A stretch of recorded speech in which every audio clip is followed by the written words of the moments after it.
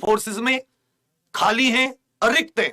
जितनी sanction strength या मतलब जितने होने चाहिए थे उसमें 84,000 के लगभग कम है। फिर सेकंड चीज उन्होंने बताई कि इसमें 25,000 पर भर्ती प्रक्रिया चालू है, जो जीडी की 2021 वाली भर्ती थी, और दिसंबर 2023 तक बाकी पद भी भरे जाएंगे। तो जब ये आप इस खबर को देखोगे और जब इस खबर से आप अंदाजा लगाओगे तो आपको 3-4 चीजें यहां पर एक एक चीज समझ में आ जाएगी कि असल में है क्या। तो ध्यान दीजिएगा साथी कि जब इन्होंने 50,000 84,000 पद बताए और 25,000 की उसमें इन्होंने भर्ती चल रही है, इसका मतलब जो एसएससी जीडी 2022 की भर्ती प्रक्रिया है, एसएससी जीडी 2022, ध्यान दीजिएगा इसमें पद लगभग 50,000 के करीब आएंगे, लगभग 50,000।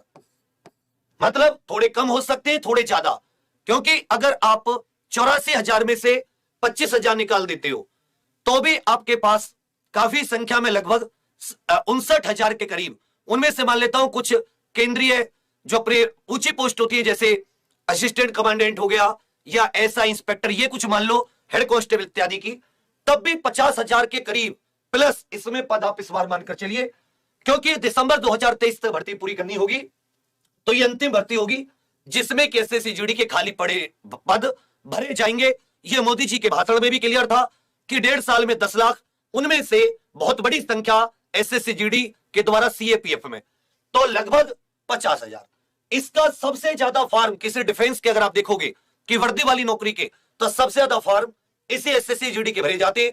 उसमें सबसे बड़ी जो एक भूमिका है वो है इसकी साथी शैक्षिक योग्यता, क्योंकि इसमें जो इस एग्जाम को क्लियर करने के लिए साथी जो इसकी शैक्षिक योग्यता है वो 10वीं है। कितनी है? 10वीं पास।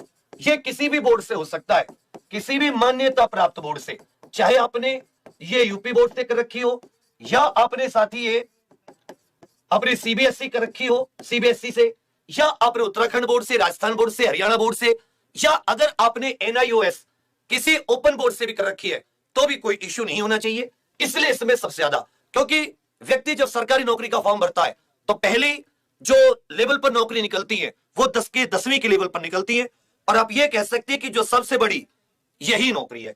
फिर इसके बाद में अगर आप आयु देखोगे कि इसमें एज, तो साथी 18 वर्ष से 23 वर्ष, 18 वर्ष से 23 वर्ष, ये किसके लिए? अनरिजर्व इत्यादि के लिए, या अनारक्षित या जनरल कैटेगरी जो होती है उसके लिए। बाकी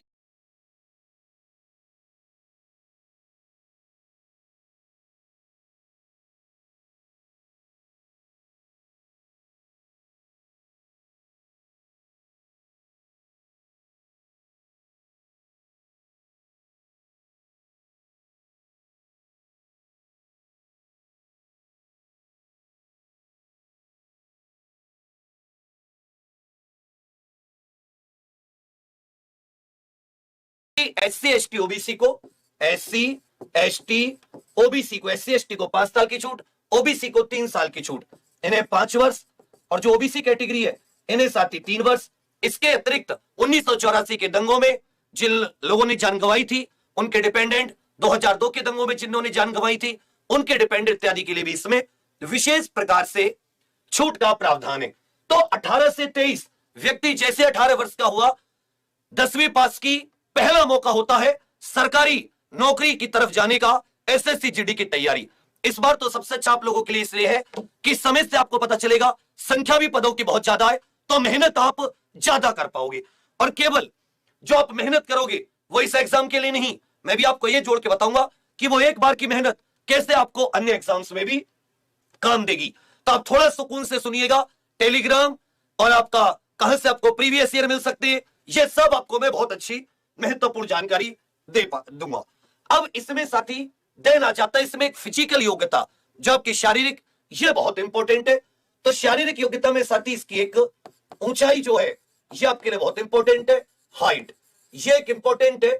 जैसे अगर आप पुरुष के लिए देखोगे, मेल के लिए देखोगे तो हाइट के स्टैंडर्ड, फीमेल के लिए हाइट के स्टैंडर्ड, और जब आप तैयारी करो या तैयारी करना शुरू करो तो बच्चे के दिमाग में यह अहम चीज होती है कि क्या मैं हाइट इत्यादि से एलिजिबल हूं या मैं हाइट इत्यादि से एलिजिबल नहीं हूं।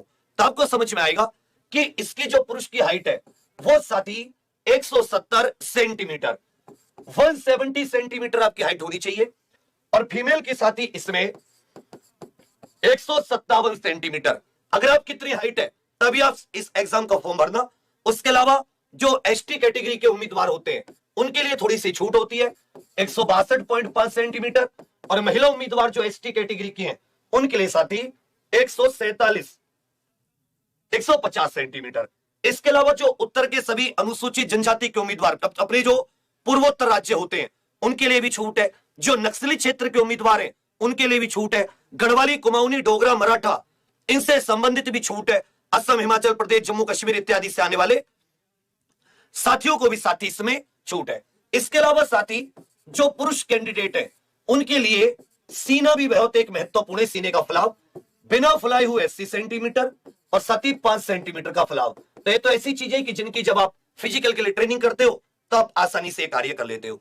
उसके बाद में इसमें एक रेस है, रेस के भी मापदंड थोड़ी से अलग है। जो पुरुष कैंडिडेट है वो साथी 5 किलोमीटर की दौड़ 24 मिनट में, 5 किलोमीटर की दौड़ 24 मिनट में कंप्लीट करते हैं, और जो महिला कैंडिडेट है फीमेल वो साथी 1.6 किलोमीटर 1600 मीटर की 8.5 मिनट में दौड़ कंप्लीट करती हैं। तो ये इसके शारीरिक, बाकी इसमें जो लद्दाख के उम्मीदवार होते हैं उनके लिए 5 किलोमीटर की जगह 1600 मीटर, महिलाओं के लिए 800 मीटर। बाकी कुछ और भी इसमें अनुसूचित जनजाति के उम्मीदवारों के लिए जो ये चेस्ट वाली रिक्वायरमेंट है इसमें भी थोड़ी सी कमी है। अब इसकी यदि आप प्रक्रिया देखोगे कि सर इसकी प्रक्रिया क्या है ये बताइए, सबसे पहले क्या करना होता है, तो सबसे पहले आप form भरोगे।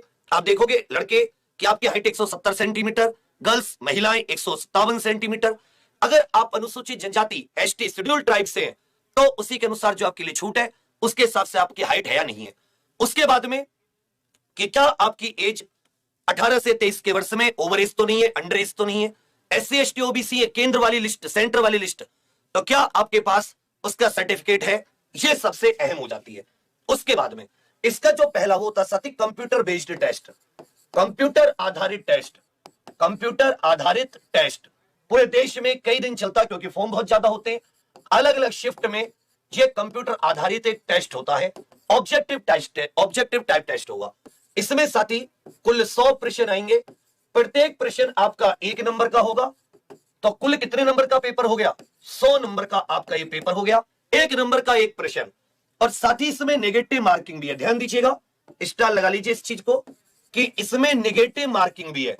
Negative marking, negative marking कि अगर आप सही करते हो तो आपको एक प्रश्न का 1 नंबर मिलेगा, और यदि आप गलत करते हो तो नंबर कटेंगे 0.25 नंबर, मतलब 1/4 नंबर आपका कट जाएगा गलत करने पर।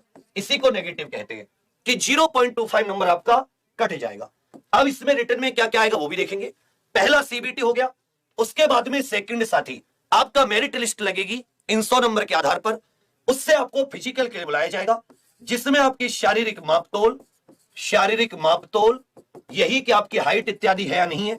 उसके बाद में साथी आपकी दौड़, लड़कों के लिए यही 5 किलोमीटर 24 मिनट में, लड़कियों के लिए साथी 1600 मीटर 8.5 मिनट में, ये आपकी नाप तोल दौड़।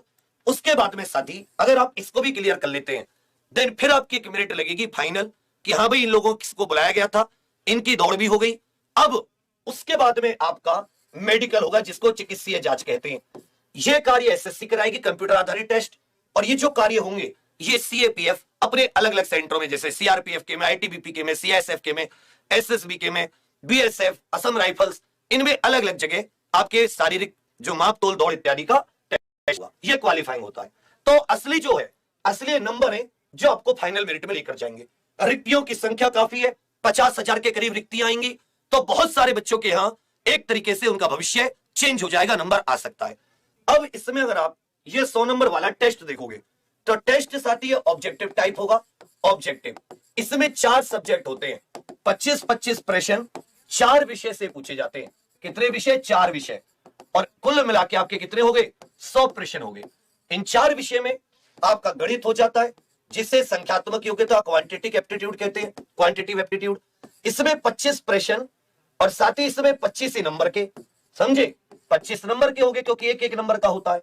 इसी प्रकार आप देखेंगे कि सेकंड हो जाती है इसमें रीजनिंग, यही कि भाई एक फोटो में देखकर वाली जो रीजनिंग होती है, ये दिमाग तेज है या नहीं है ये देखने के लिए, ये भी आपका इतने नंबर का। तीसरा हो जाता है साथ ही इसमें सामान्य ज्ञान व सामान्य जागरूकता। सामान्य ज्ञान, सामान्य जागरूकता। जागरूकता मतलब जनरल अवेयरनेस। सामान्य ज्ञान में आपका हिस्ट्री, पॉलिटी, इतिहास, संविधान, अर्थशास्त्र, भूगोल, विज्ञान, सबके मिक्स क्वेश्चन होंगे। सामान्य जागरूक Can anybody out there hear me? Hear me?